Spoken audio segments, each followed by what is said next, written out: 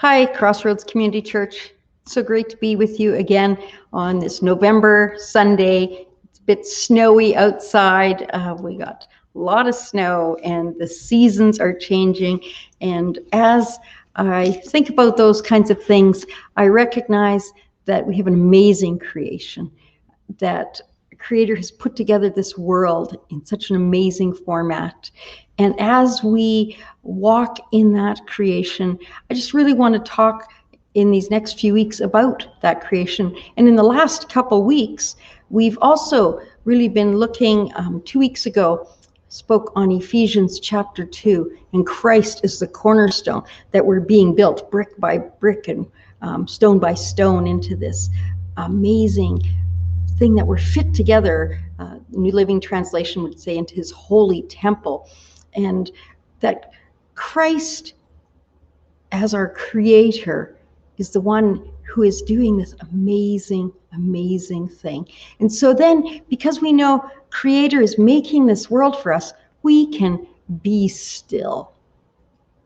We can be still for the presence of the Lord, the Holy One is here. That was last week. So if you haven't listened to those, you can go back on Facebook, on our Facebook site, or on YouTube, our YouTube channel, and listen to those, but just recognizing stillness, that breathing in and out, knowing that we don't have to try to take on evil. We don't have to try to win the battle.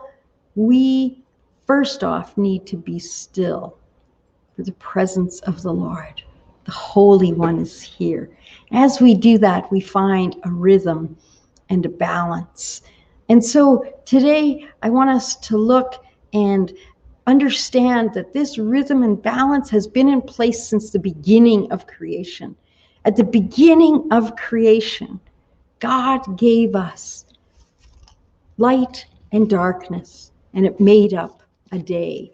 In Genesis, at the very beginning, chapter 1, 3-5, we read that God said, "Let there be light," and there was light. And God saw that the light was good, and he separated the light from the darkness, and he called the light day and the darkness night. And evening passed and morning came, marking the first day. This concept of day and night, light and darkness, have been set since the beginning of creation. And today, it's still the same. Light and darkness, and they make up a day. Each day is a gift given to you and I to live. A day has not changed if you lived centuries ago, centuries to come, wherever you live in the world, how old you are, how young you are. We sometimes try to manipulate time, and we change the hour and we move it back or we move it forward. And we do a few of those interesting things. And some of us say, why do we do that? But really, it is still a day. We try to pack lots into that day. We try to get everything done. We say we don't have enough time, that we can't do it all. And then I go back to last week, be still for the presence of the Lord. The Holy One is here. Christ, our Creator, as our cornerstone, set in motion something that would teach us rhythm and balance, that these would work together. And if we find that rhythm and balance, we will find the beginning of what Creator set in place. Now, sometimes we like to separate light and darkness. We sometimes like to say light is good, darkness is bad. But that's actually not what the scriptures say. That this day was good. If we had all light and no darkness, our land would become parched and dry. If we had all darkness and no light, things couldn't grow the same. we lived in the north, and not quite to the Arctic Circle where the sun goes down for a long period of time, but our days got very, very short, and our nights sometimes could get very, very long. And then other times the days would be really long, and we understood how sun energizes us, but we need rest. And so oftentimes the darkness comes to replenish, to restore, to revitalize.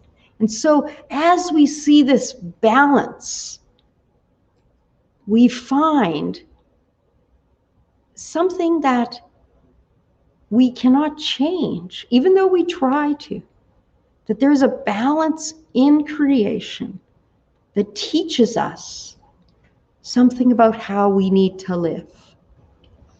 When I get out of balance, when I'm either trying too hard and not resting at all, and I get depleted and my energies are not there, then I am not walking the path that the Creator has given for me this day. Sometimes I'm trying to do so much, and so then I'm not trusting that Creator actually knows what needs to be accomplished today. Or I'm resting so much that I would just like it to be really, really nice and, and not have to worry about any of that other stuff over there. So sometimes we get the darkness, and the darkness gets out of balance with the light. And so this first piece of creation sets the tone for our world, for nature, for humanity, for everything. So I invite you this week to take time to observe each day, for it is truly a gift. And so the words of the psalmist come to us. And from Psalm 118, we read, you could read the whole psalm if you want. It's a great psalm. It starts with giving thanks to God. But it goes on, and in verse 24, it says, "This is the day that the Lord has made. We will rejoice and be glad in it." We're going to upload that song on YouTube and on Facebook, as well as another chorus that we sing, psalm found in Psalm 100.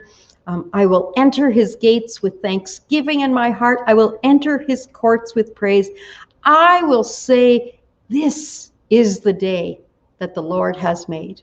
I will rejoice, for he has made me glad. We may have snow outside, but you and I have a choice today to believe that this day is a gift from Creator, a day like no other, a day that will not happen again, a day when we get to choose how we respond to whatever comes, that we can choose to live this day in rhythm and balance because God has given us this day.